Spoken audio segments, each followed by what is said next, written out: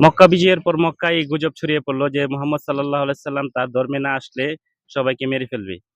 রাসূল সাল্লাল্লাহু আলাইহি সাল্লাম যখন মক্কাতে আসছা রাসূল সাল্লাল্লাহু আলাইহি সাল্লাম যখন মক্কাতে আসলেন, দেখলেন এক বুড়িমা তার ব্যাগ-ট্যাগ নিয়ে পালাচ্ছে। বুড়িমাকে জিজ্ঞেস করলেন, "হে বুড়িমা, আপনি কোথায় যাচ্ছেন?" বলছে, "মুহাম্মদ সাল্লাল্লাহু আলাইহি সাল্লাম আসতেছে।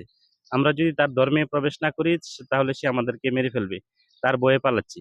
বলছে, "ঠিক আছে বুড়িমা, আমি আপনাকে সাহায্য করছি। আপনি কোথায় যাবেন?" বলছে, "আমি অমুক পাহাড়ের নিচে যাবো।" তাকে পাহাড়ের নিচে পৌঁছে দিলেন এবং যখন চলে আসবেন, তখন বুড়িমা জিজ্ঞেস করলেন, "হে যুবক, তুমি কে যে আমাকে এত সহযোগিতা করলে, মুহাম্মদের হাত থেকে বাঁচালে?" বলছে, "বুড়িমা, আমি হচ্ছি সেই মুহাম্মদ, যার ভয়ে আপনারা পালাচ্ছেন।"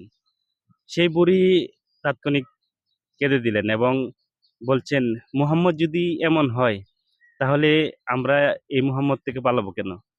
বুড়ি সাথে, সাথে বললেন যে, "আমাকে কালিমা পড়াও, আমি তোমার ধর্মে প্রবেশ করব।" আমার নবীর চরিত্রটা এমনই ছিলেন।